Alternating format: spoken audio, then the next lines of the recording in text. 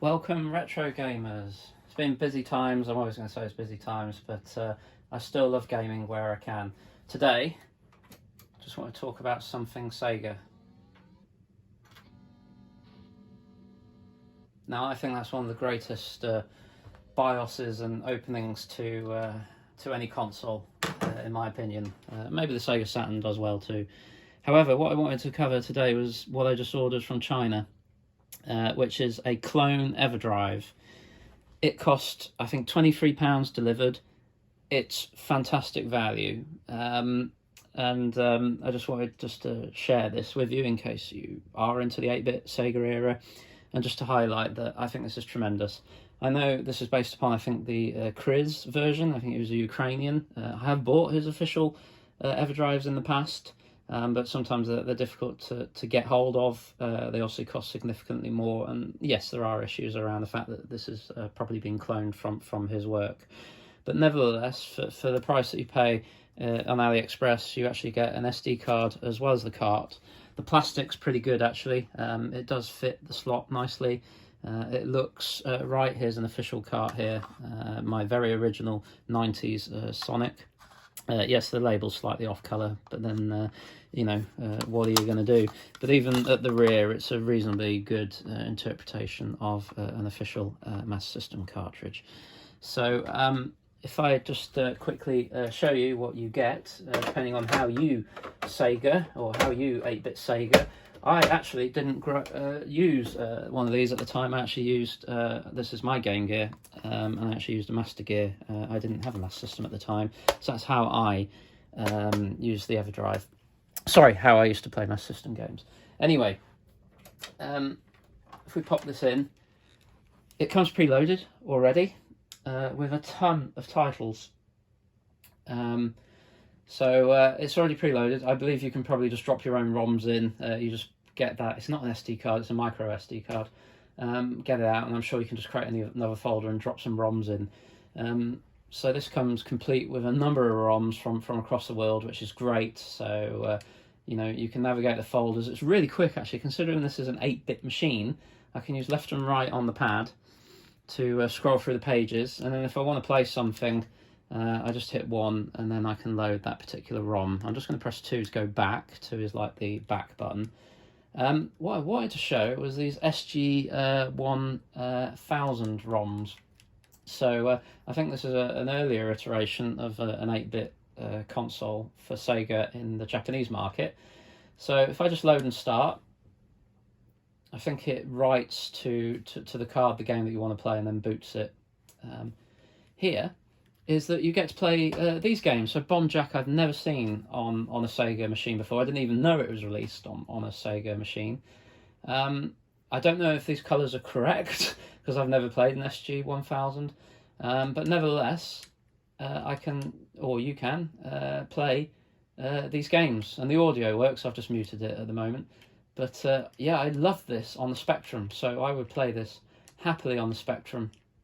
And this seems a really decent enough port, to be honest. So yeah, I can commend the cartridge alone just for that opportunity to play SG-1000 ROMs. What's actually really interesting too is that if you pair this cartridge with a Game Gear, although I've not got the power supply here, you can obviously play your Master System ROMs on the go. You cannot play SG-1000 games. They will boot, but the colours are all garbled. I bet there's some technical reason for that. Maybe it's the SMS emulation mode in here, can't handle it. But it does work. It does work for Master System ROMs.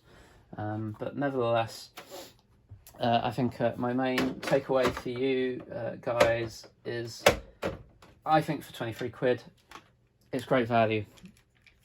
And you can put your own ROMs on there because you've got the micro SD card. And to be honest, probably out of the gate here, if you look under Europe, you've already got everything that arguably you could probably ever need. I just want to put some prototypes on, like some earlier builds just to play. Because one example is Lemmings 2, Lemmings 2 was produced for the Master System but never released, so there is a ROM floating out there, I think under SMS Power.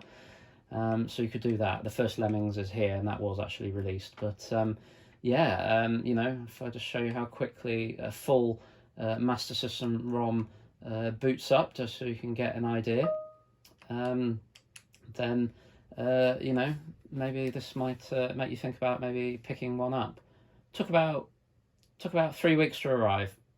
It was tracked. I'll leave a link in the description below of the vendor that I use and the cartridge that I bought. But you know, tremendous value proposition, really. So you can see here, this is probably a bigger ROM than the SG-1000 Bomb Jack game, and it's booted. And here it is.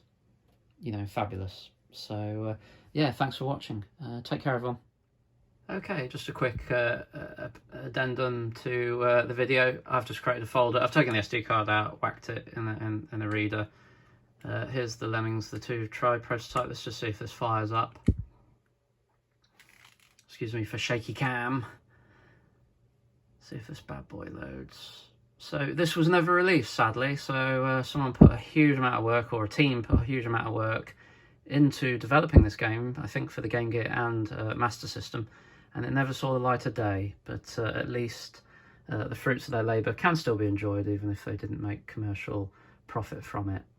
And yeah, here it is. So yeah, you'll have to excuse me a moment. I'm probably going to play... Oh, look at the Psygnosis logo. You just know that means business, don't you? Spider Soft. It's incredible to think this wasn't released, right? And I know a whole host of titles were lost to time. DMA Design, yeah, obviously went on to GTA fame and were bought out by Sony, I think. So yeah, clearly this is up to the job. You can put your own content on, nice and easy, drag and drop.